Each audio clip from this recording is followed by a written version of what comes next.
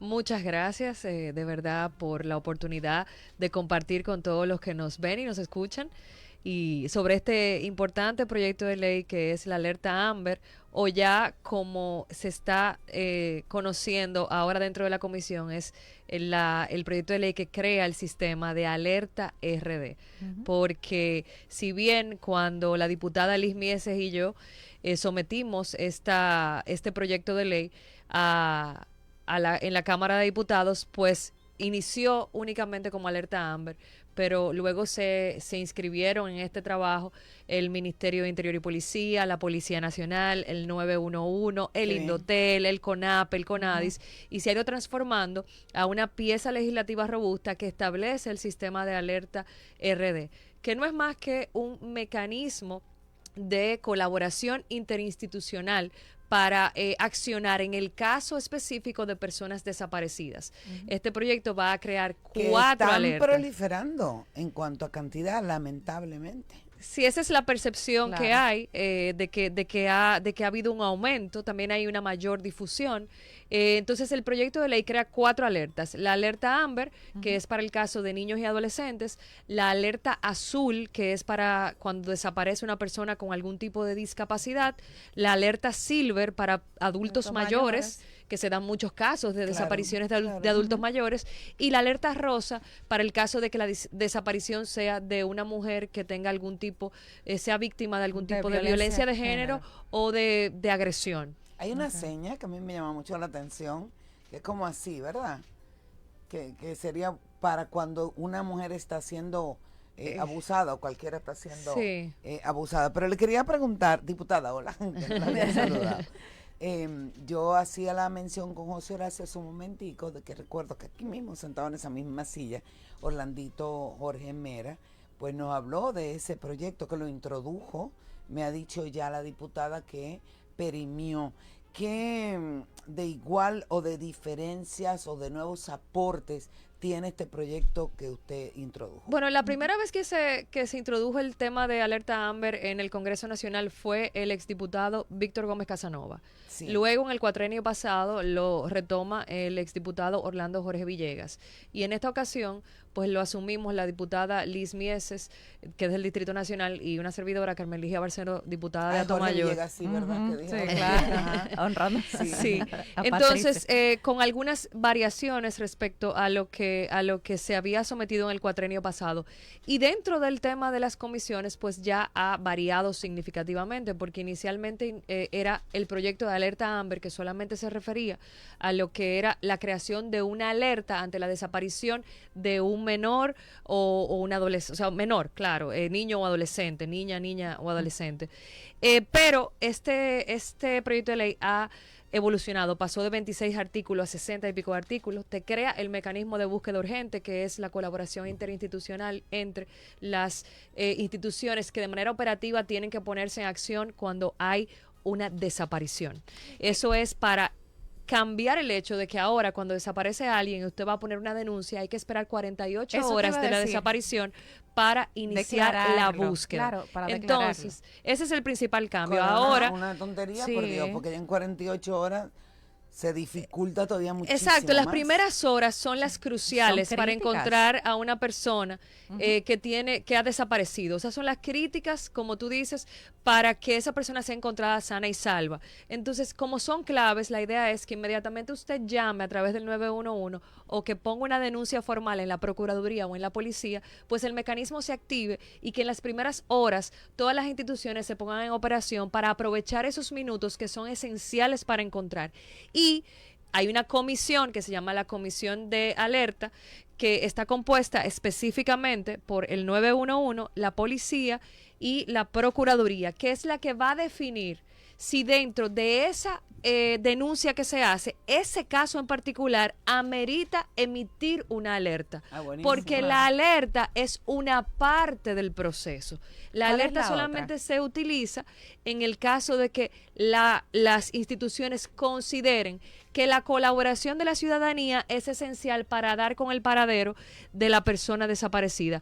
Porque la alerta tiene varias funciones. O sea, primero, te llegaría a tu celular un mensaje de alguna forma invasivo, te suena el celular, no importa dónde estés. ¿Cómo se activa? A ver. En otros países. Diputada, le voy a pedir, por favor, que tenemos que ir a una pausa. Claro que sí. Entonces ahí nos explica ampliamente. Bueno, funciona todo el sistema. Vamos de vuelta. Sí, señor. Diputada, yo le pedí un chancecito, pero ahora sí queremos que nos explique con detalles cómo se activa todo esto y cuáles serían los medios de difusión.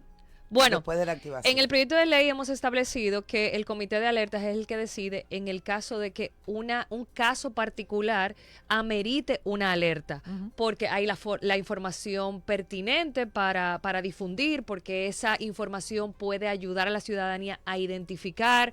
Porque es verídico. Porque es verídico, exactamente. Entonces, por ejemplo, le pongo un ejemplo. Imagínese que se pierde una niña aquí en la Tiradentes, próximo a la 27 de febrero, y se la llevaron en una camioneta blanca Toyota y un hombre con barba. O sea, inmediatamente a ti te llega una alerta al celular diciendo la foto de la niña que se desapareció en una camioneta blanca, que la lleva un hombre con barba. Todo el que está alrededor empieza a ubicar las camionetas blancas que van conducidas por un hombre a ver si tiene una característica a la que se ha establecido. Entonces, inmediatamente ¿Y a cuál de las eso instituciones habría que llamar? Porque son varias las instituciones que estarían involucradas. Funcionaría, funcionaría a través del 911 de la policía o de la procuraduría. No importa en qué punto del sistema usted ponga la denuncia. Okay. Entonces, la alerta funciona para crear un cerco social. O sea, el ciudadano se convierte en un informante, pero también es una disuasión. Porque inmediatamente tú ves una información de un hecho que tú estás perpetrando y te pueden agarrar, o sea, se ha demostrado en otros países te arrepientes o te mete miedo. Y entonces suelta a la persona. Entonces tiene esa doble función. Yo quiero aprovechar el momento para destacar que tanto el Indotel, la Procuraduría, la Policía Nacional, el 911 se han sentado y han trabajado con nosotros en el Congreso este proyecto para tener una pieza robusta que le permita a ellos operativizar rápidamente. Como y una de tecnología hecho, más avanzada, ¿no? Sí, y de hecho, ya muchos de estos protocolos, estas instituciones tienen más de un año trabajándolos. Precisamente esta mañana me llegaba la noticia de que ayer en Santiago hubo una denuncia de una desaparición de unos niños, eso no trascendió a los medios, pero en solo 12 horas se consiguió a través de estos protocolos internos que ya están en funcionamiento, dar con el paradero de los niños aquí en Santo Domingo. Eran niños que iban a ser víctimas de una red de tráfico de menores. Entonces ya estos protocolos están en funcionamiento. Nosotros lo que venimos es a dotar del mecanismo jurídico para que también tengan la posibilidad de la alerta. Y a tecnificarlo también. Claro, porque de lo y que el Indotel, que de Exacto. hecho el señor Guido Gómez Mazara dio la declaración hace 2 lunes en la semanal sobre el tema de que en 3 meses estaría en funcionamiento, porque precisamente ellos están trabajando con las prestadoras de servicio telefónico y con la compra de la tecnología para poder tener la base tecnológica para el tema de la alerta, que también hay que decir que la alerta no solamente se puede utilizar en el caso de personas desaparecidas, sino que si hay un riesgo de una catástrofe, por ejemplo, en una zona hay una alerta de maremoto, inmediatamente se puede emitir una alerta para esa zona que les llegue el mensaje a los celulares de las personas que están específicamente ahí. Incluso de meteorología. O, por ejemplo, hay una situación de riesgo, de colapso de una estructura en un sitio o de un tiroteo. Eso te puede llegar. O sea, las autoridades van a tener la facultad, porque también el proyecto de ley les permite que puedan emitir tantas alertas necesarias según las condiciones o las características particulares que entiendan. Una pregunta. En el caso del niño Jarabacoa, que eso sea como, no sé, ya no se está hablando tanto diluido en el tiempo. ¿Qué de diferente habría pasado si contáramos con este sistema? Bueno, una respuesta quizás más rápida de una mayor cantidad de instituciones, con una colaboración interinstitucional, y en el caso de que hubiese tenido una serie de características que tiene que cumplir, que eso desconozco porque no conozco las intimidades del caso, el hecho de emitir una alerta pudiese haber hecho un cerco para que no se lo llevaran de la zona, por ejemplo. Pero imagínense, los hubiese no existen. Lamentablemente, lo importante es que tengamos el mecanismo, porque el mecanismo no solamente va a ser para desaparecidos en el caso de niños, sino que cualquier persona, una vez existan todos los protocolos y esté el mecanismo, ante cualquier desaparición se pueden implementar y se pueden poner en funcionamiento. Y en los países que está la alerta Amber, se estima entre un 80 y un 90% de efectividad de encontrar a las víctimas de los casos que se ha emitido la alerta. Qué maravilla. Y mira, lo de Conanqui quedó como en nada, que no supimos como finalmente la determinación de qué fue lo que sucedió. Apoyo en el Congreso, ¿qué tal? Muy, muy, muy gran apoyo. O sea, el presidente Alfredo Pacheco desde el primer día nos ha dado su apoyo. En la Comisión de Interior y Policía se ha trabajado arduamente para tener este proyecto aprobado. Esperamos que el próximo lunes... ¿Cuántas horas de trabajo legislativo tiene este proyecto? No sé, o sea, tenemos meses en esto, o sea, tenemos primero un trabajo previo, luego introducirlo, luego entonces en la comisión, o sea, yo te estoy hablando horas y horas y horas, eso no, porque entonces la comisión también ha trabajado, pero las instituciones han trabajado, nosotras como legisladoras hemos trabajado, o sea, es muy arduo el trabajo legislativo para cualquier proyecto de ley. Y sería un gran aporte esto, ¿eh? Sí, entendemos que el lunes que viene la Comisión de Interior y Policía le dará un informe favorable y que podrá ir al Pleno lo antes posible para ser aprobado. De ahí va al Senado. Claro. Entonces, en el caso de que el Senado lo apruebe, pues entonces ya sería promulgado. Debería de ser un trámite fácil. Por el Poder Ejecutivo. Bueno, ojalá. Esperemos que sí. El Congreso es soberano. Un salón de consenso. Hay que crear consensos. Mira, a propósito del Congreso, yo ahora me voy a meter así. Por primera vez, diputada, ¿no es cierto? Así es. Primera mujer elegida de manera democrática, o sea, en voto preferencial en mi provincia. Qué maravilla, de Hato Mayor. De Hato Mayor. Pero ¿qué tal? Tiempo después. Muy bien, como se lo imaginaba, o si lo hubiéramos sabido. Yo creo que pasado por todos los estadios que usted no acaba. Yo creo que yo he pasado por todos los estadios que usted acaba de decir en algún momento de estos 8 meses que tenemos, 8 o 9 meses que tenemos en el Congreso. Mire, hay de todo. Primero hay una curva de aprendizaje importante, porque son procedimientos que la mayoría de la gente no conoce fuera. ¿Cuál es tu formación? Yo soy comunicadora social, con especialidad en marketing. Sí, evidentísimo, colega, Se nota. Entonces, esa curva de aprendizaje de los procesos, también de lo que es el ecosistema del Congreso, que es político y confluyen muchas fuerzas, incluso externas, que tienen vamos a decir que su pie ahí adentro también.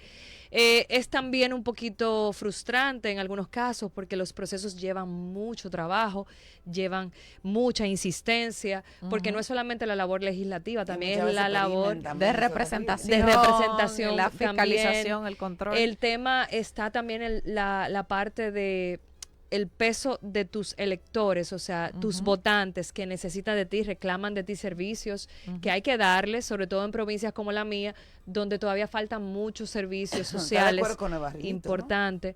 ¿No? Nosotros no tenemos barrilito en la Cámara de Diputados. Pero no le asignan fondos. No, nosotros no tenemos fondos asignados. Senado, eso es en el Senado.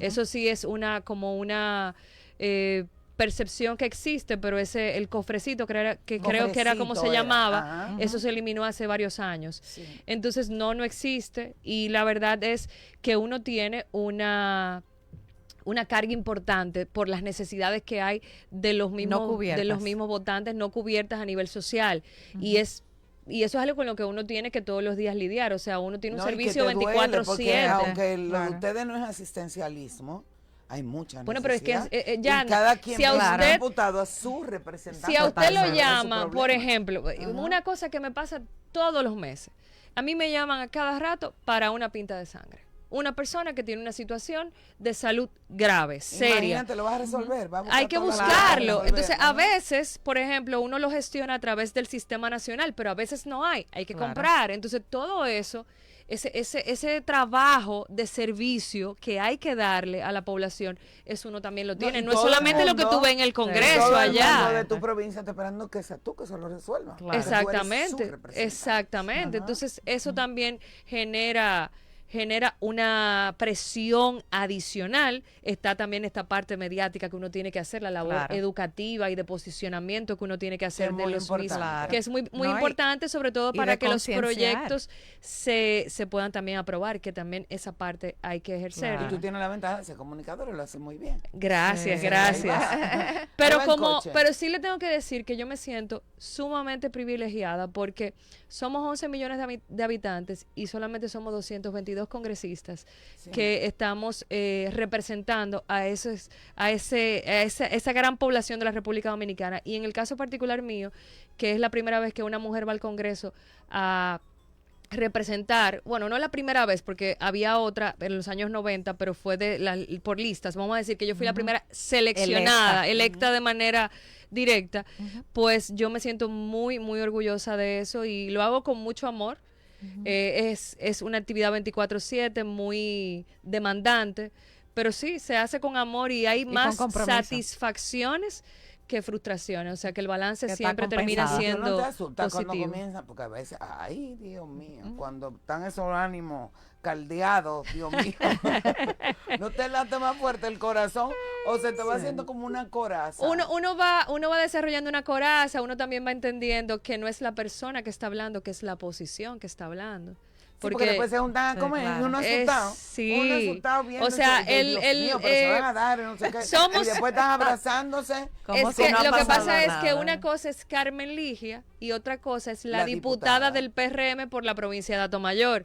Y uno hace esa diferenciación muy marcada porque en el Congreso somos personas, aunque representemos posturas, ideas y conceptos, somos personas que al final somos los que estamos ahí, estamos compartiendo y que muchas veces, y la gran mayoría de veces nos necesitamos uno a otro para poder impulsar proyectos e iniciativas importantes. ¿Sabes qué, Carmen? 2 puntualizaciones ya cortito. Que regularmente uno criticaba mucho al Congreso, las cosas han cambiado, las cosas han cambiado. Y en este caso para bien. Mucho, para bien. Y ha podido mucho el manejo de la información de qué hacen. Porque si había algo que se reclamaba al Congreso, ¿a qué van? ¿Qué hacen? Ahora tenemos una retroalimentación mayor. Sé que se trabaja mucho, las cosas han cambiado. Nosotros tenemos que estar fijos del lunes a viernes metidos en el Congreso y eso cuando no hay un descenso fin de semana también. Y la cantidad hay 58 comisiones permanentes en el Congreso. Yo estoy en 4. Pero esas son las que yo estoy, vamos a decir, fija. Permanente. Pero cuando hay un proyecto de ley especial, se requiere, a mí me tocó la Comisión de la Reforma Constitucional y me tocó en la reforma fiscal, por ejemplo.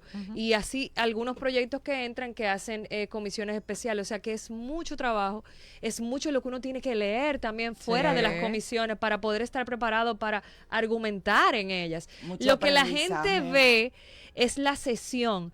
Eso es un 10% del trabajo que nosotros hacemos y todo lo que pasa ahí está previamente preparado en las comisiones y las horas de estudio y de trabajo que tenemos que meterle a eso. Te felicito, muchas gracias. Y qué bueno a seguir trabajando. Y con relación a lo era el cofrecito, lo de la Cámara de Diputados, que me confundí con lo del barrilito, me gusta lo que hace Omar Fernández, porque Omar va publicando cada vez que hay un caso específico de ayuda y dando, porque eso es lo más importante, dando cuentas de hasta el último centavo en lo cual invierte en su comunidad o en casos específicos de su comunidad. Aunque yo entiendo que en el Congreso la labor de ustedes, aunque se correlacione, lo que tú dices es vivir con una presión permanente por las necesidades de la comunidad que tú representas, no es el asistencialismo. Es hacer las leyes, la fiscalización, y esto lo digo para que las personas entiendan. Ahora, no nos podemos tapar los ojos ante las grandes necesidades que hay en nuestro país. Así es. Gracias, y es un tema de empatía también. De empatía y vinculación humana. O sea, los votantes de uno, los dirigentes de uno son personas que están ahí, que cuentan contigo. O sea, tienen una esperanza puesta en ti y tú tienes que devolverle un poco de eso. Haría falta no tener sangre en el cuerpo. Exactamente. O sea, gracias. Excelente participación. Gracias a ustedes.